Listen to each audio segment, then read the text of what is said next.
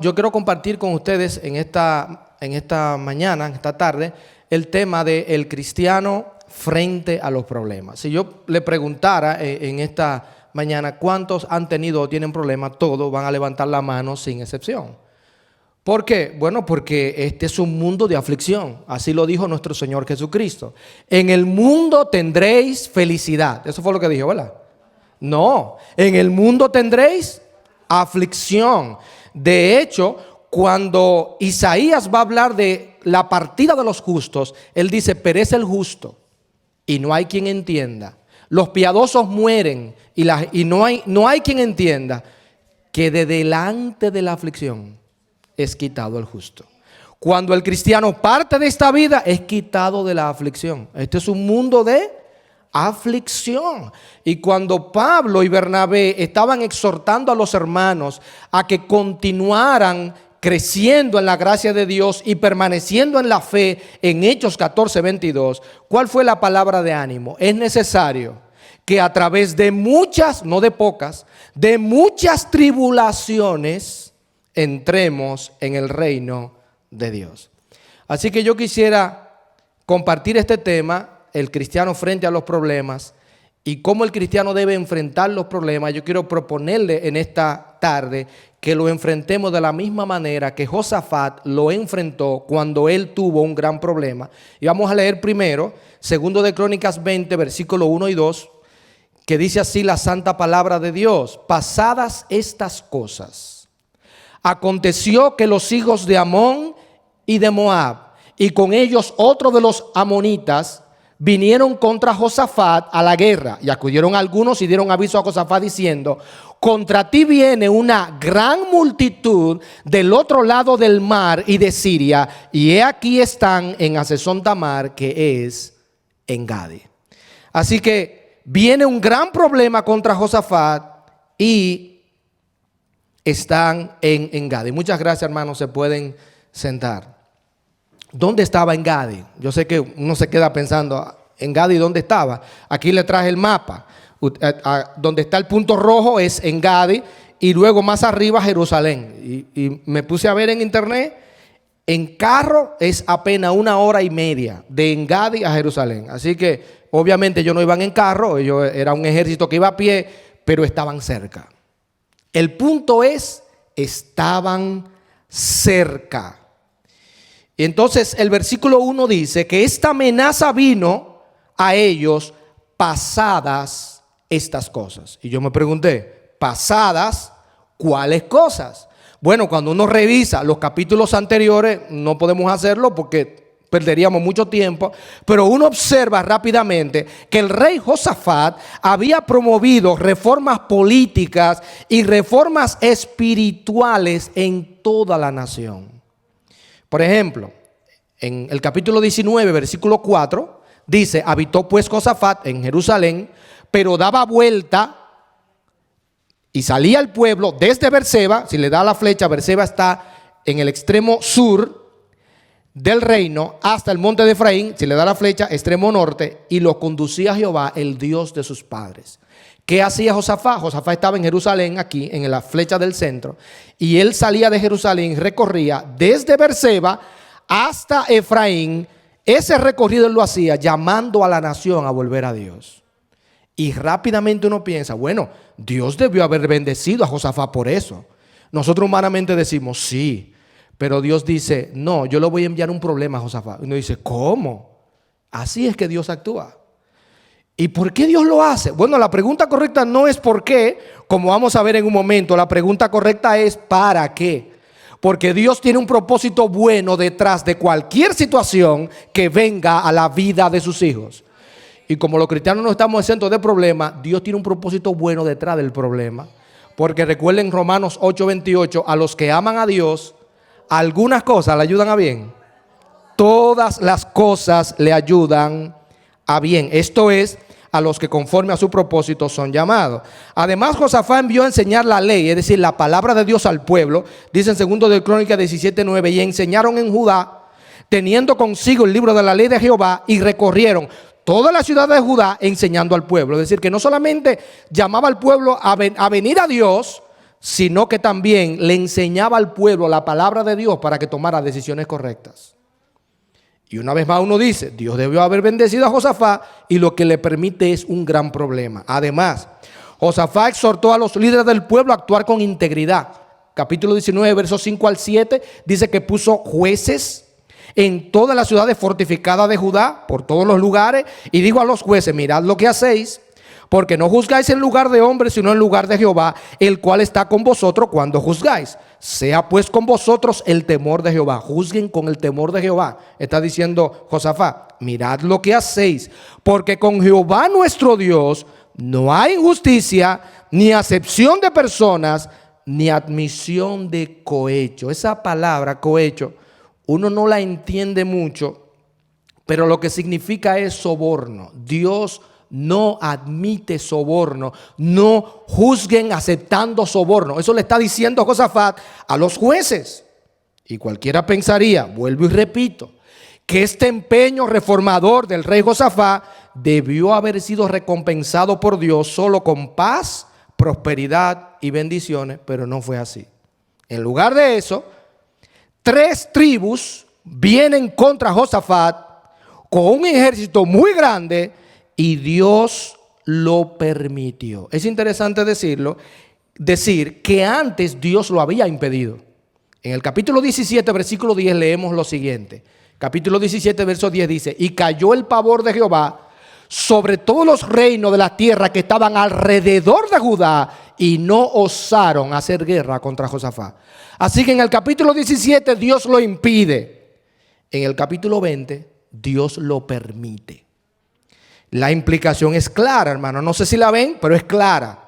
Dios en el capítulo 17 había puesto un cerco de protección sobre la nación de Israel, poniendo pavor en las naciones enemigas para que no atacaran a Josafat. Pero ahora Dios soberanamente retira el temor y permite que 3 naciones ataquen a Josafat. Es interesante decir esto, hermano, porque esto nos va a ayudar en nuestra vida diaria. Estas tribus invasoras y cualquier problema que venga a su vida como cristiano, nunca actúan fuera del control soberano de Dios. En muchas ocasiones Dios lo impide, hermano. Solamente en el cielo sabremos cuántas cosas Dios impidió en nuestras vidas. Pero hay cosas que Dios las permite. De esas son las que nos enteramos. Ah, mira, me está sucediendo esto, me está viniendo esto. No olvides, mi hermano, Dios tiene el control soberano. Anteriormente lo impidió, ahora lo permitió. Y mi pregunta debe ser, Señor, ¿para qué? No por qué. Él sabe por qué. Él es sabio, Él es infinito en sabiduría, en poder, en amor. Él sabe por qué. Mi preocupación es simplemente saber para qué. Porque yo quiero sacarle provecho a esto que Dios está permitiendo en mi vida, en tu vida, mi hermano. Así que Dios no es autor de pecado. Yo no estoy diciendo eso. No. Dios no tienta a nadie a pecar. Santiago dice que cuando alguno es tentado es por su propia concupiscencia, es decir, su propia naturaleza pecaminosa que lo lleva a pecar. El pecado, aún así, no escapa al control soberano de Dios. Una situación similar le sucedió al rey Ezequías. Cuando estaba obedeciendo a Dios, sirviendo a Dios, haciendo las cosas bien, le viene un gran problema. Segundo de Crónicas 32, versículo 1. Leemos, después de estas cosas y de esta fidelidad. Me gusta otra versión que dice, después de todas estas pruebas de fidelidad. Wow. Vino Senaquerib, rey de los asirios, e invadió a Judá y acampó contra las ciudades fortificadas con la intención de conquistarlas. Así que una vez más, este siervo de Dios está haciendo lo correcto y le viene un gran problema. Debemos tener cuidado entonces a la hora de interpretar la providencia de Dios. ¿Por qué Dios hace lo que hace? Bueno, muchas veces las amenazas y los peligros que enfrentamos como pueblo de Dios no siempre son una señal de que andamos mal espiritualmente.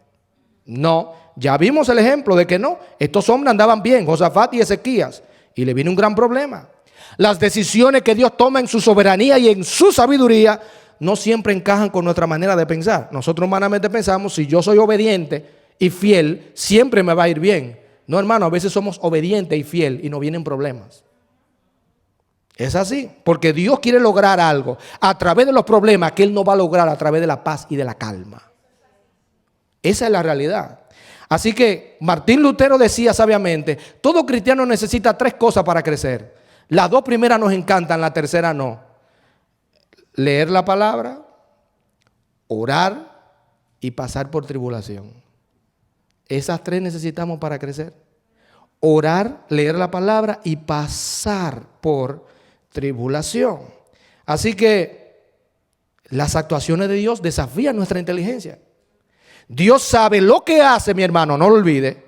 ¿Por qué lo hace? ¿Cómo lo hace? ¿Cuándo lo hace? Porque Él es Dios. Y Él no espera que yo lo entienda todo, ¿no? De hecho, Él le dijo a Pedro, lo que yo hago, tú no lo entiendes ahora, lo entenderás después. Dios no espera que yo entienda todo lo que Él está haciendo. Él simplemente espera que yo confíe en Él, aunque yo no entienda.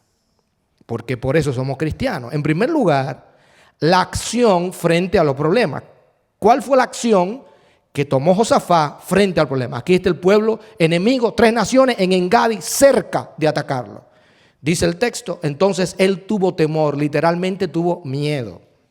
Y Josafat humilló su rostro para consultar a Jehová e hizo pregonar ayuno a todo Judá, y se reunieron los de Judá para pedir socorro a Jehová, y también de todas las ciudades de Judá vinieron a pedir ayuda a Jehová. Entonces Josafat se puso en pie en la asamblea de Judá y de Jerusalén, en la casa de Jehová, delante del atrio nuevo. Hermano, antes de que se me olvide, miren dónde estaba Josafat cuando le dijeron que había un gran problema. Hay muchos cristianos, yo no estoy diciendo que aquí en Asheville, pero en mi país, en República Dominicana, cuando están en medio de grandes problemas, dejan de ir a la casa de Dios. Bueno, pues aquí Josafat tiene un gran problema. ¿Y dónde está Josafat, hermano? ¿Dónde leímos que está él? En la casa de Jehová. Él no dijo, no, lo que pasa es que tengo un gran problema. Es decir, los pastores lo van a entender. No, hermano, tú tienes un gran problema. Ven a la casa de Dios con más razón. Busca de Dios con más razón. Eso fue lo que hizo Josafat. Se humilló. Él pudo haberlo hecho en su casa, obviamente, en su palacio. Él pudo haberse humillado allí, orar. No, él quiso, no, yo voy a la casa de Jehová. Y allá humilló su rostro para consultar a Jehová. Y pregonó ayuno a todo Judá para pedir socorro a Jehová. ¿Recuerdan el Salmo 121? Alzaré mis ojos a los montes. ¿De dónde vendrá mi socorro? Mi socorro viene de Jehová, que hizo los cielos y la tierra. Y pregonó ese ayuno para pedir ayuda a Jehová. Es interesante que el ayuno siempre va amarrado a la oración. Parecen hermanas gemelas. Siempre van unidos. El ayuno para pedir ayuda a Jehová, para pedir socorro a Jehová.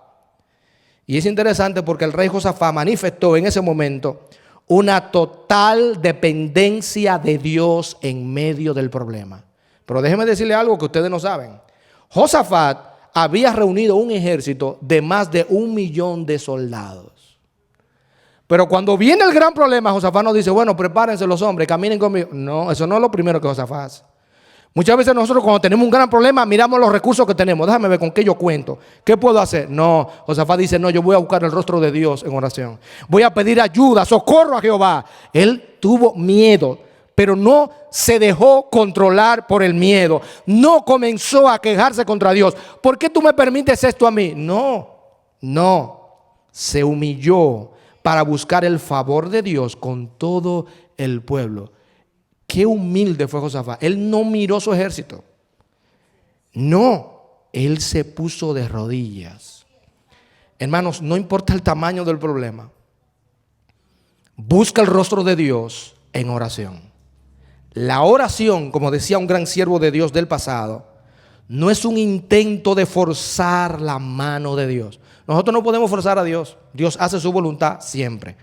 La oración es un reconocimiento humilde de nuestra impotencia, es decir, nosotros no podemos, y de nuestra dependencia. Nosotros sí creemos que Dios sí puede. Por eso oramos. Nosotros no podemos, Dios sí. Así que el problema, mi hermano, óyelo bien, el problema que está por encima de nuestras cabezas, nunca lo olvide, mi hermano, está debajo de los pies de nuestro Señor Jesucristo. No lo olvides. está fuera de nuestro control, está fuera de nuestra capacidad humana, pero está en las manos de Dios para cumplir el propósito de Dios en cada una de nuestras vidas. Y ahora, hermanos, para mí, viene una de las oraciones más hermosas de toda la Biblia. Versículos 6 al 11. Versículos 6 al 11. Dice, y dijo, Jehová Dios de nuestros padres, ¿no eres tú Dios en los cielos? Y tienes dominio sobre todos los reinos de las naciones. Tú eres el soberano. Tú eres el soberano. ¿No está en tu mano tal fuerza y poder que no hay quien te resista? Miren cómo comienza Josafat, reconociendo la grandeza de Dios. Reconociendo la grandeza de Dios. Dios nuestro, ¿no echaste tú los moradores de esta tierra delante de tu pueblo Israel y la diste a la descendencia de Abraham tu amigo para siempre? Y ellos han habitado en ella y te han edificado en ella santuario a tu nombre, diciendo, si mal viniere sobre nosotros o espada de castigo o pestilencia o hambre, nos presentaremos delante de esta casa y delante de ti, porque tu nombre está en esta casa. Se está refiriendo al templo que había construido Salomón. Ese era el templo que ellos tenían en ese momento. Y miren lo que dice ahora, y a causa de nuestras tribulaciones, clamaremos a ti, gloria a Dios, y tú nos oirás y nos salvarás. Ahora pues, he aquí los hijos de Amón y de Moab y los del monte de Seir, a cuya tierra no quisiste que pasase Israel cuando venía de la tierra de Egipto, sino que se apartase de ellos y no lo destruyese. He aquí, ellos nos dan el pago, viniendo a arrojarnos de la tierra que tú nos diste en posesión.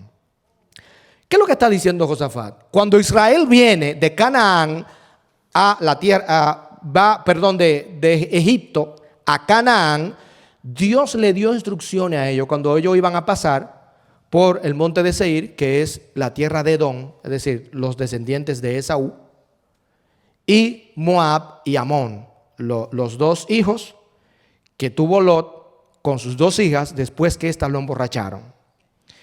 El asunto es que tanto los del monte de Seir, los descendientes de Esaú, como los de Moab y Amón eran, por decirlo así, eran familia de Israel.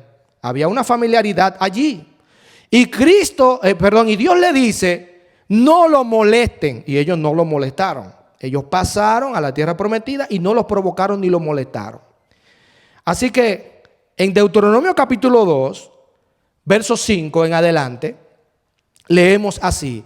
Dice Dios, no os metáis con ellos, le dice Dios a Israel, porque no os daré de su tierra ni aun lo que cubre la planta de un pie, porque yo he dado por heredad a Esaú el monte de Seir. Ahí está, yo le di a ellos esa heredad, respétenlo. Eso es lo que está diciendo Dios. Sigue diciendo, y Jehová me dijo, no molestes a Moab, ni te empeñes en guerra con ellos, porque no te daré posesión de su tierra, porque yo he dado a Ar por heredad a los hijos de Lot. Era uno de los hijos que Lot tuvo con una de sus hijas. Y cuando te acerques a los hijos de Amón, no los molestes ni contiendas con ellos, porque no te daré posesión de la tierra de los hijos de Amón, pues a los hijos de Lot la he dado por heredad. ¿Cuál es el punto que quiero enfatizar? Israel pasa por el monte de Seir, camino a Canaán, y pasa por Amón y Moab, y no provoca a esos pueblos, lo deja tranquilo y llega a Canaán. Ahora estos tres pueblos, Amón, Moab y los del monte de Seir, se unen no solamente para atacar a Israel, sino que, como vamos a ver en un momento, para borrar a Israel del mapa. Incluso van con toda su pertenencia. La idea no era solamente derrotar a Israel, era mudarse. Esa era la intención. ¿Cuál es el punto? Estas naciones fueron ingratas, porque cuando Israel pasó por su tierra no las provocó. Y ahora estas naciones desean borrar a Israel del mapa. Y eso es lo que está diciendo Josafat. Señor, no lo juzgarás tú, porque mira lo que han hecho ellos. Han venido a arrojarnos de la tierra que tú nos diste. No los provocamos y ahora han venido a arrojarnos de la tierra que tú nos diste en posesión. Hermanos, no debemos extrañarnos cuando las personas nos paguen mal por bien. No se extraña de eso. ¿Sabe por qué? Porque el ser humano es ingrato por naturaleza. Es triste, pero es la realidad. ¿Qué tenemos que hacer cuando nos paguen mal por bien? Mi hermano, lo mismo que hizo Josafat. Trae tu causa delante de Dios. Lo mismo que hizo nuestro Señor Jesucristo. Trajo su causa delante de Dios. Primera de Pedro 2:23. Encomendó su causa al que juzga justamente. Y el apóstol Pablo dijo que iba a amar a los creyentes, iba a amar a las personas, aunque amándolas más, él sea amado menos. Aunque le paguen con ingratitud, es lo que está diciendo. Él va a seguir haciendo el bien, aunque las personas sean ingratas. Versículo 12, y ahí termina la oración. En el versículo 12 dice: oh Dios nuestro, ¿no los juzgarás tú? Porque nosotros, dice Josafat, no hay fuerza contra tan grande multitud que viene contra nosotros. No sabemos qué hacer. Y a ti volvemos nuestros ojos. Josafat era muy humilde, vuelvo y lo repito, porque era muy poderoso con un ejército de más de 1 millón de soldados, pero él sabía que esa multitud era más poderosa que Israel, y por eso el rey Josafat decidió apelar al Dios Todopoderoso. Josafat sabía que él era poderoso, pero Dios es todopoderoso para librarlo de ese gran problema. ¿Y qué hizo Dios? Le envió la respuesta de inmediato. En segundo lugar, veamos la promesa divina frente al problema. La promesa divina frente al problema. Versículo 13 al 15. Y todo Judá estaba en pie delante de Jehová. Imagínense esa escena, hermanos.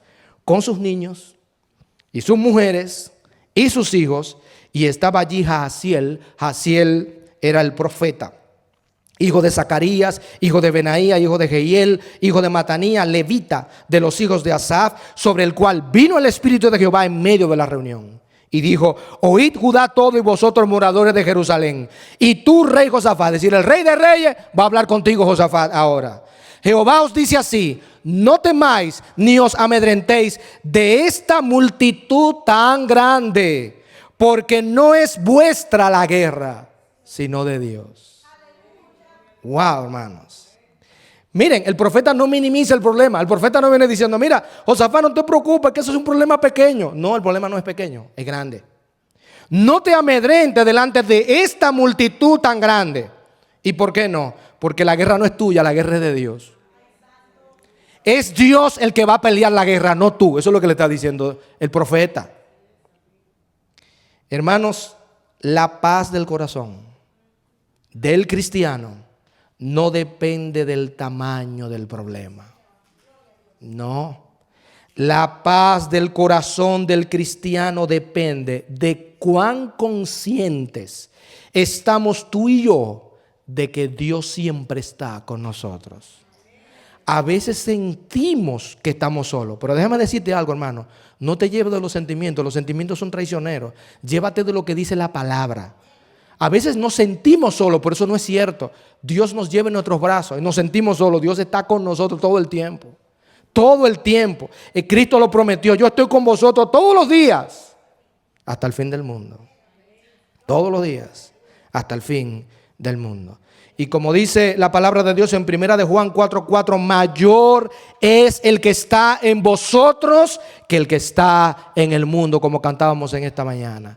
Es mayor el que está con nosotros que el que está en el mundo.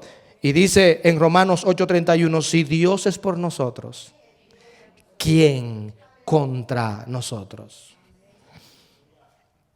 Y ahora, hermano, porque Dios es el soberano y lo sabe todo y conoce la estrategia del enemigo. Ahora Dios le va a decir la estrategia del enemigo. Versículos 16 y 17.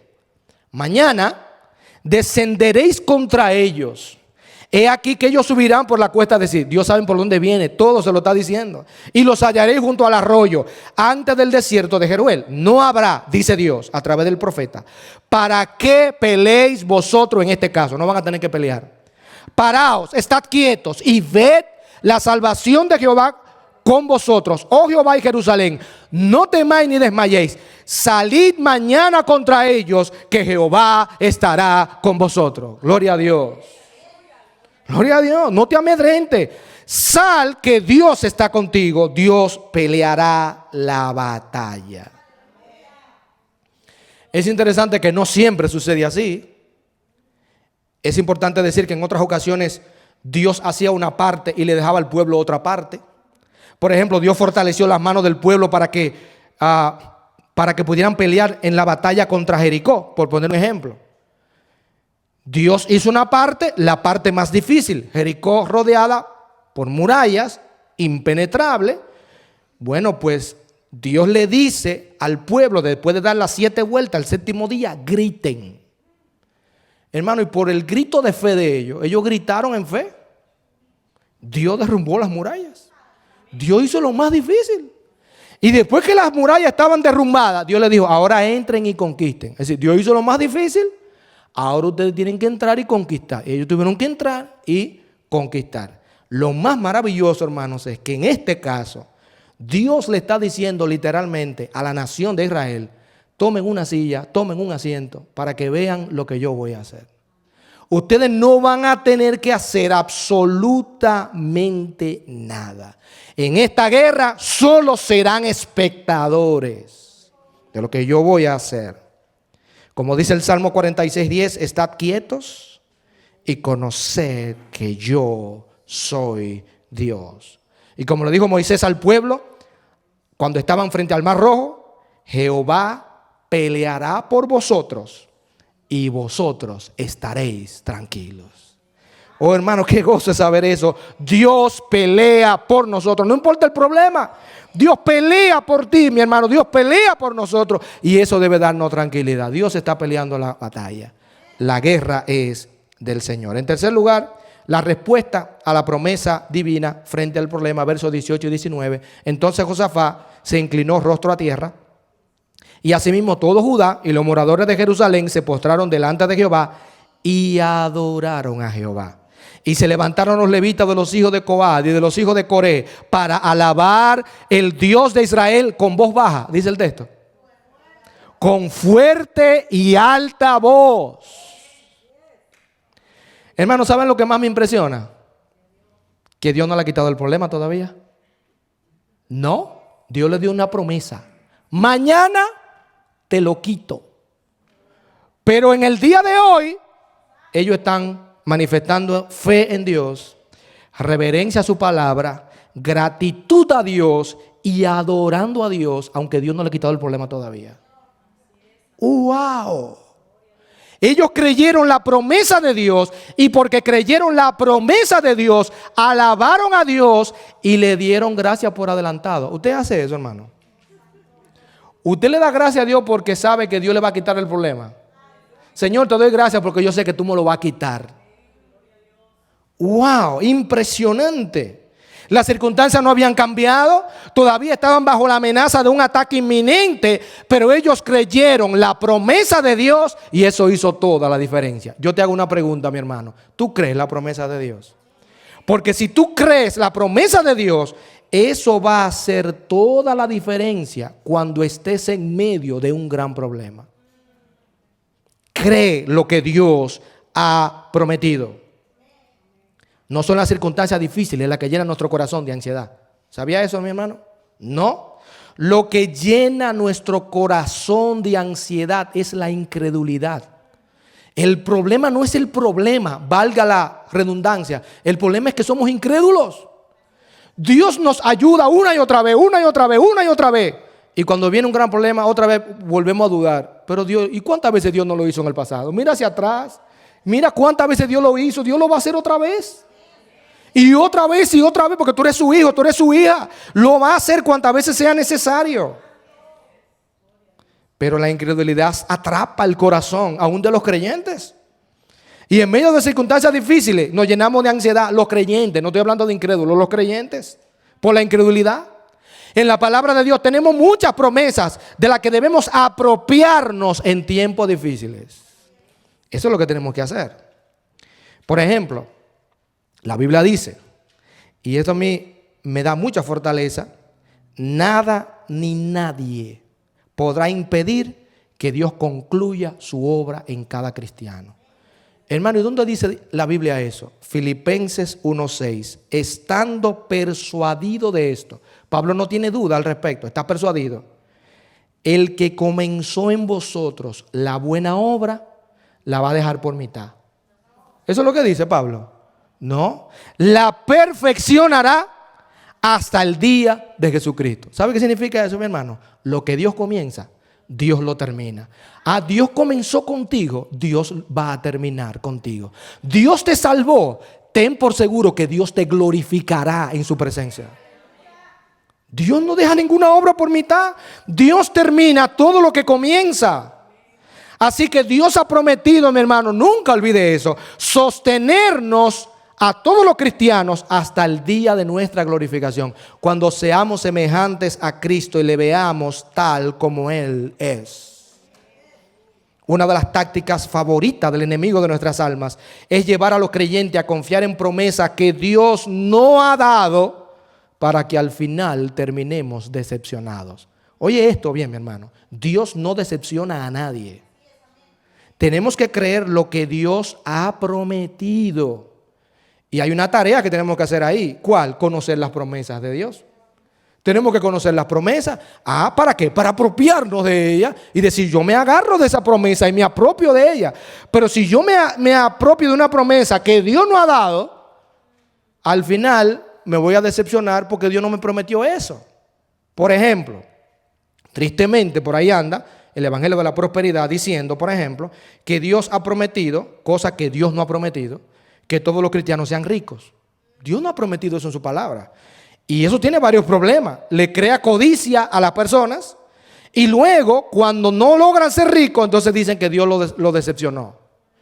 Pero Cristo dijo, a los pobres siempre los tendréis entre vosotros. Cristo dijo que los pobres siempre van a existir. Siempre. Y también dijo Ana en su cántico, 1 Samuel 2:7, Jehová empobrece y Él enriquece. Así que Él es soberano. Él enriquece y Él empobrece. Y dice Santiago 2:5, a los pobres de este mundo ha escogido Dios. A los pobres de este mundo ha escogido Dios para que sean ricos en fe y herederos del reino que Él ha preparado para los que le aman. Entonces, ¿Dios le prometió a todos los cristianos que sean ricos? No, hermano, Dios enriquece soberanamente a lo que Él quiere, no a todo el mundo. Si tú tomas esa promesa y Dios no te hace rico, va a decir, Dios me decepcionó. No, Dios no te prometió eso, que es diferente. Otra enseñanza de este evangelio que está equivocado es que dice que ningún cristiano se debe enfermar y que si se enferma está en pecado. Eso no es cierto. Eso no es cierto. Es cierto que no todas las enfermedades son por causa de pecado. Algunas sí, como el SIDA, por ejemplo, por poner un ejemplo. Es una enfermedad consecuencia de la depravación sexual del ser humano. Es así. Pero yo no puedo decir que todas las enfermedades son por causa de pecado. No, porque cuando veo la Biblia, dice Filipenses 2:30, que Epafrodito por la obra de Cristo enfermó y estuvo próximo a morir. No dice que por un pecado, por la obra de Cristo. Enfermó y estuvo próximo a morir. Y cuando Lázaro enfermó, Cristo dijo, ustedes lo recordarán en Juan 11:4, esta enfermedad no es para muerte, sino para la gloria de Dios, para que el Hijo de Dios sea glorificado por ella. Así que Cristo está diciendo, yo voy a usar la enfermedad de Lázaro para la gloria de Dios. Entonces no era un pecado la enfermedad que tuvo Lázaro. Dios la permitió para glorificarse en medio de esa enfermedad. Así que debemos creer lo que Dios ha prometido. Repito, es una tarea que tenemos que hacer. Tenemos que conocer qué es lo que Dios ha prometido para no decepcionarnos de Dios. Porque Dios no decepciona a nadie. Todo lo que Él promete, Él lo cumple siempre. Así que la batalla se decidió el día antes de pelearla, cuando el rey Josafat y el pueblo creyeron la promesa de Dios. Y esa es la lucha, hermano, que tú y yo vamos a librar cada día. ¿A quién le vas a creer? ¿A las circunstancias? ¿A los problemas? ¿O a Dios? Y esta es una lucha de fe. Y la verdadera fe es invencible. Dice primera de Juan 5:4, porque todo lo que es nacido de Dios vence al mundo, y esta es la victoria que ha vencido al mundo, nuestra fe. Así que la verdadera fe en Dios es invencible, es lo que está diciendo el texto. En cuarto lugar, la victoria sobre los problemas, verso 20. Y cuando se levantaron por la mañana, salieron por el desierto de Tecoa, como Dios le dijo, y mientras ellos salían, Josafat, estando en pie, dijo: Oídme, Judá y moradores de Jerusalén. Creed en Jehová vuestro Dios y estaréis seguros.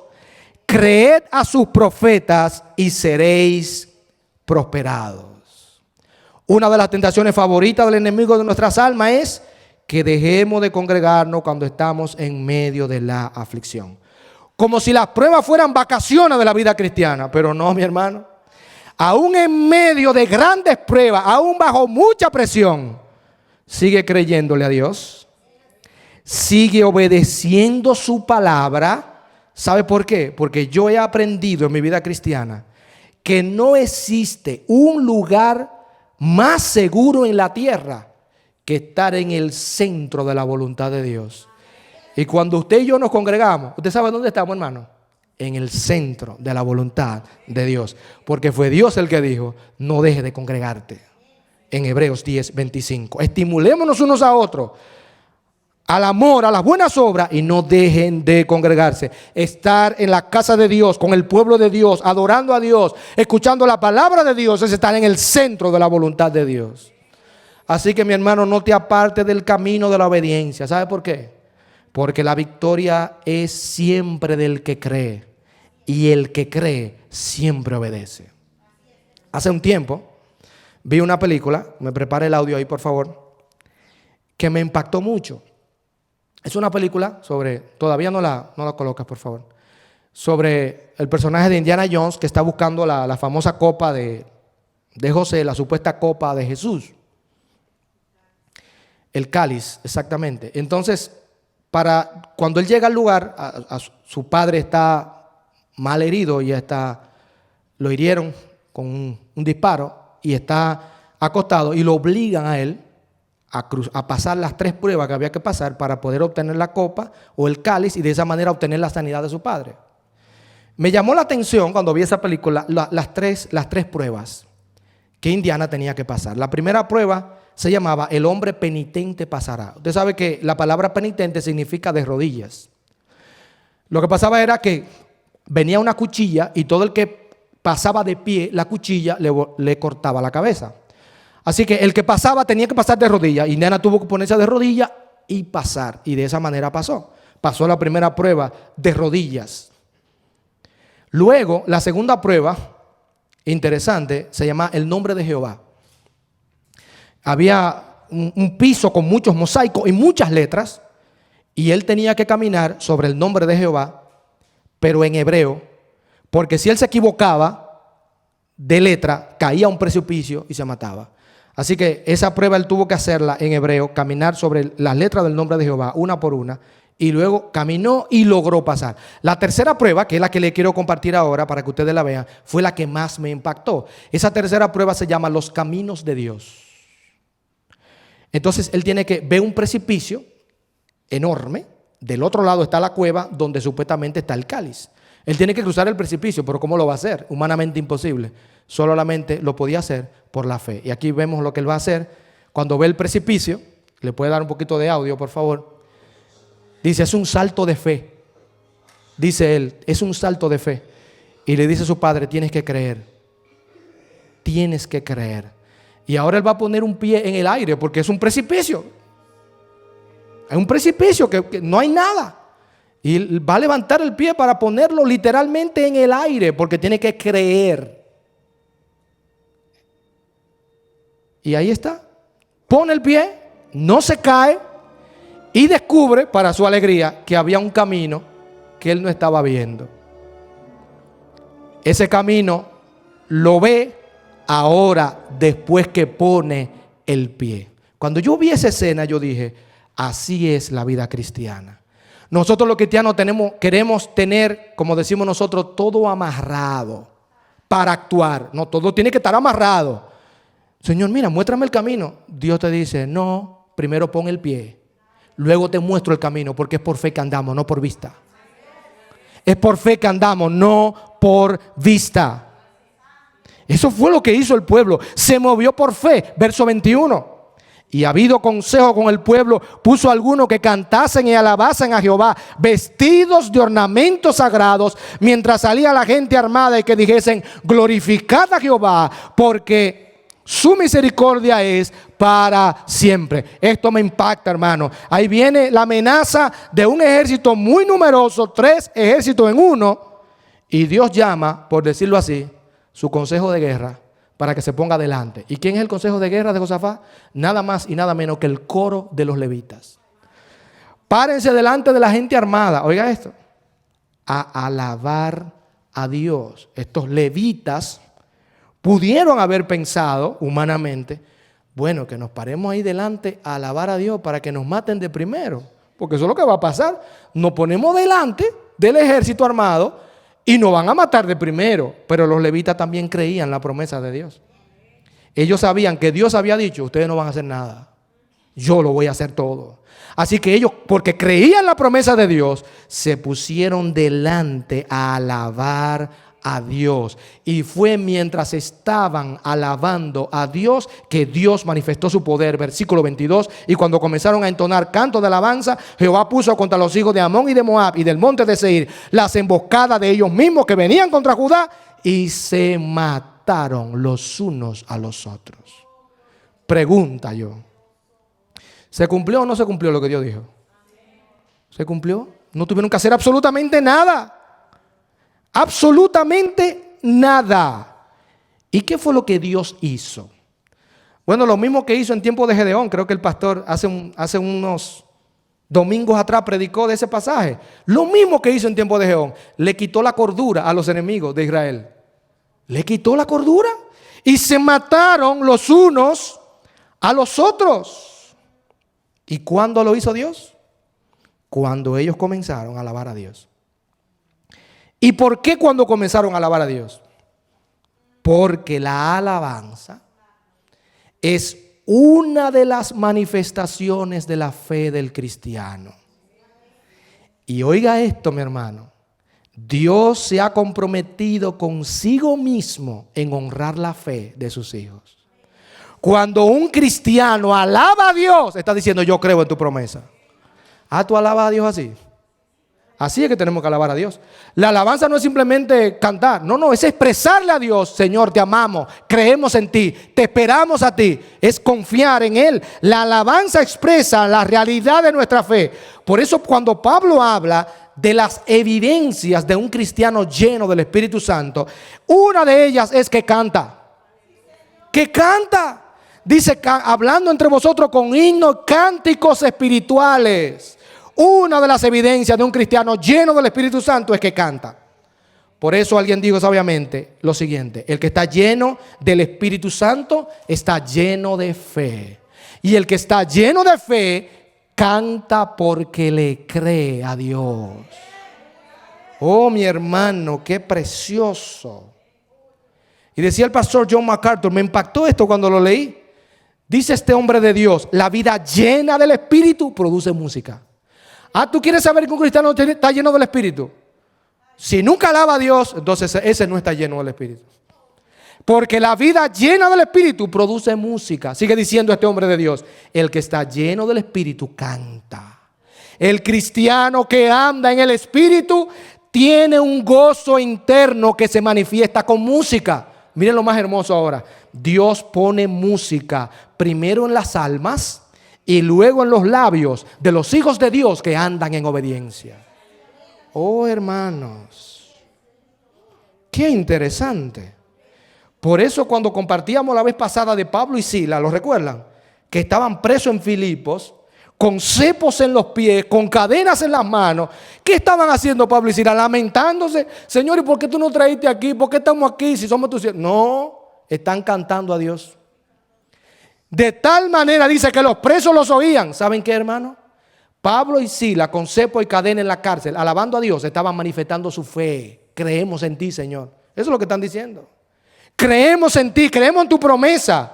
Y todos sabemos lo que sucedió cuando aquel carcelero se humilló, le lavó las heridas, lo llevó a su casa y toda aquella casa conoció a Cristo como su Señor y Salvador. El punto es que ellos alabaron a Dios en medio del problema y manifestaron su fe. Los israelitas, oraron para que Dios los librara de ser despojados de sus enemigos. Pero no solamente fueron librados, sino que Dios le dio una ñapa. Eso en mi país, una ñapa, para que ustedes lo entiendan, es una bendición extra que usted no está esperando. Como cuando usted va a una tienda y usted dice, bueno, yo quiero comprar esto, aquello. Entonces le dice, mire, le vamos a dar una ñapa, le vamos a regalar, por haber comprado eso, le vamos a regalar esto, exacto, puede ser, o a veces puede ser una licuadora, lo que sea. Por haber comprado eso, le regalamos esto. Eso es una ñapa para nosotros, una bendición extra. Bueno, pues Dios le dio una ñapa, una bendición extra. ¿Y cuál fue la bendición extra? Bueno, le dio el botín. Acuérdense que los 3 ejércitos venían a mudarse y venían con todo. Verso 25 de Segundo de Crónica 20. Dice que viniendo entonces Josafat y su pueblo a despojarlo, después que ya ellos se habían matado, hallaron entre los cadáveres muchas riquezas, así vestido como alhajas preciosas que tomaron para sí, tanto que no lo podían llevar. 3 días estuvieron recogiendo el botín porque era mucho. ¿De cuánto yo le dije que era el ejército de Josafat? De más de 1 millón de militares, de soldados. Y tuvieron que durar 3 días recogiendo. ¡Oh, wow! 3 días recogiendo. ¿Y qué bendición fue esa? Una bendición extraordinaria que ellos no estaban esperando. Usted dirá, es algo absurdo llevar tanta riqueza al campo de batalla. Pero les recuerdo a mi hermano, la intención de ellos era mudarse. Eliminar a Israel y mudarse. Y Dios estaba detrás para bendecir a su pueblo. ¿Recuerdan cuando los israelitas salían de Egipto, que los egipcios les dieron de todo? Cuando se iban, Dios estaba detrás para bendecir a su pueblo. Dios inclina el corazón de los hombres para bendecir a su pueblo. Versículo 26 al 30. Y al 4.º día, cuando terminaron de recoger, se juntaron en el valle de Beraca. Esa palabra hebrea significa bendición, porque allí bendijeron a Jehová y por esto llamaron el nombre de aquel paraje el valle de Beraca. Y todo Judá y los de Jerusalén y Josafat a la cabeza de ellos volvieron para regresar a Jerusalén gozosos, porque Jehová les había dado gozo librándolos de sus enemigos. Y vinieron a Jerusalén con salterio, arpa y trompeta. ¿A dónde, hermano? ¿A dónde? A la casa de Jehová. Cuando comenzó el problema, ¿a dónde ellos fueron? A la casa de Jehová a orar. Y cuando se resolvió el problema, ¿a dónde volvieron? ¿Hay algún principio aquí, hermano? Cuando tú tengas un gran problema, ven a la casa de Dios. Cuando Dios te resuelve el problema, vuelve a la casa de Dios a agradecer a Dios. Vuelve a agradecer a Dios otra vez. Y el pavor de Dios cayó sobre todos los reinos de aquella tierra, lo que pasó en el capítulo 17. Cuando oyeron que Jehová había peleado contra los enemigos de Israel, y el reino de Josafat tuvo paz. ¿Por qué? Porque su Dios le dio paz por todas partes. Oh, hermano, Dios permitió este gran problema en la vida de Josafat y del pueblo para fortalecer la fe de ellos. Es que la fe no se fortalece sin problemas. De hecho, Pablo lo dijo: la prueba de vuestra fe produce paciencia, para que nuestro carácter pueda madurar y crecer en nuestra comunión con Dios. Tenemos que pasar por pruebas. Entonces, hermano, cuando venga una prueba, no es que somos masoquistas, pero démosle la bienvenida. ¿En qué sentido? Señor, ayúdame a sacarle provecho a esta prueba, que yo pueda formar en mi carácter lo que tú quieres que yo forme a través de esta prueba. ¿Recuerdan el esfuerzo que hace la mariposa para salir del capullo? La primera vez, ese esfuerzo que ella hace es muy doloroso, pero alguien una vez quiso ayudar a la mariposa y le quitó eso, y la mariposa se atrofió y no pudo volar nunca. Ese esfuerzo de salir del capullo le da la fortaleza para luego poder volar. Entonces esa aflicción fortalece sus alas. Hermano, las aflicciones fortalecen nuestras alas espirituales para que podamos volar hacia donde Dios quiere que volemos. Las aflicciones son bienvenidas. Hay 3 cosas que aprendemos a manera de conclusión ya rápidamente. Lo primero es que Dios puede convertir un gran problema en una gran bendición. ¿Cuántos lo creen que eso es así? Dios puede convertir un gran problema en una gran. De hecho, Dios es el único que puede hacer eso. ¿Recuerdan cuando vendieron a José? Todo lo que José sufrió. Vendido, calumniado por la mujer de Potifar, preso por 14 años injustamente. El copero que debió acordarse de él se olvidó de él. Y todo eso para que José llegara a ser el segundo de Egipto al interpretar el sueño del faraón. Cuando José se encuentra con sus hermanos, le dice en el capítulo 50, verso 20, Dios dice, en verdad que vosotros pensaste hacerme mal, pero Dios transformó ese mal en bien para lograr lo que hoy estamos viendo, salvar la vida de mucho pueblo. Así que Dios transformó ese mal en bien. Dios transforma mal en bien. Dios convierte problemas en bendiciones. ¿Usted lo cree? Dios lo hace. Dios convierte un gran problema en una gran bendición. Al principio, ¿qué veían ellos? Un gran problema, 3 naciones. Al final, una gran bendición, 3 días recogiendo el botín. Ay, ellos no se esperaban eso. Dios escondió una bendición detrás de un gran problema. En segundo lugar, segunda conclusión, la paz del corazón no depende de una vida sin problemas. De hecho, eso no existe, sino de una vida de fe en Dios. Oh, mi hermano, la paz de nuestro corazón depende de creer siempre en Dios, continuar creyendo. Cristo dijo en Juan 16:33, estas cosas os he hablado para que en mí tengáis paz. En el mundo tendréis aflicción, pero confiad, yo he vencido al mundo. ¿Cuál es la respuesta cuando estás en medio de la aflicción? Confía en Cristo. Ten paz en Él. Él está en control. Y Él va a cumplir el propósito que Él desea en nuestras vidas. Y finalmente, y esto es lo más hermoso, todo cristiano puede cantar en medio del problema, anticipando el cumplimiento de las promesas de Dios. Oh, mi hermano, tú puedes cantar en medio del problema. Yo sé que no es fácil. Pero si tú crees que Dios va a lograr lo que Él quiere lograr en tu vida, en medio de esa situación, créele a Dios, cantándole y glorificando su nombre. El 8 de enero del año 1956, Jean Elliott y 4 misioneros fueron al Ecuador a predicarles a los indios aucas, indios salvajes, totalmente. Y cuando ellos llegaron, Jean Elliott es el que está en el centro. Cuando ellos llegaron, cantaron un himno. Y quiero poner una estrofa del himno que ellos cantaron, Descanso en ti. Descanso en ti, mi defensor y escudo. Pues en la lid contigo a salvo estoy. En tu poder a combatir acudo. Descanso en ti y en tu nombre voy. Descansaré contigo al fin en gloria, entrando por portales de esplendor. Tuya es la lucha, tuya es la victoria, y la alabanza sea a ti, Señor. Y esa misma noche, después del culto, los 5 misioneros fueron asesinados. Y uno dice, wow, pero ¿por qué? Recuerdan, hermano, la pregunta correcta no es ¿por qué?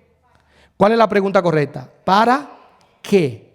¿Para qué Dios permitió que esos 5 misioneros que iban a predicar la palabra fueran asesinados?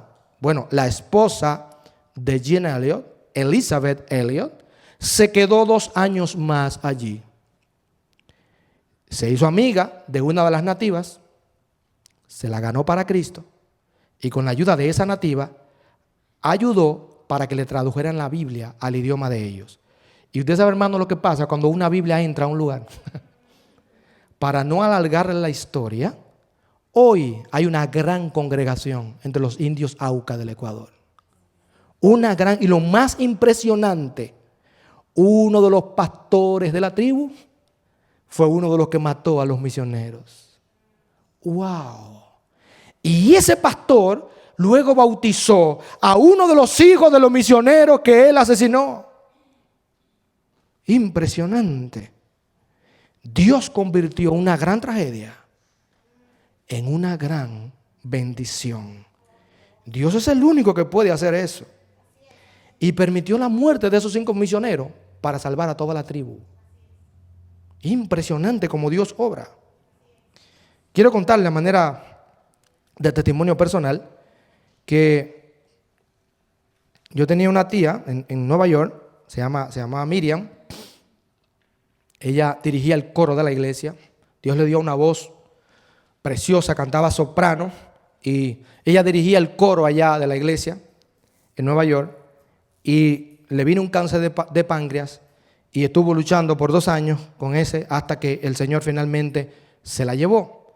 Cuando ella parte yo recuerdo que tuve la oportunidad de ir a Nueva York a estar con mi abuela, que por cierto todavía vive, ya tiene 94 años mi abuela, y hay una escena que nunca podré olvidar y que mi familia nunca podrá olvidar y que todos los que estamos ahí estuvimos ahí, nunca podremos olvidar. Y es que en el momento que traen el ataúd y lo colocan delante en la iglesia, mi abuela, la madre de mi tía, se puso de pie a alabar a Dios.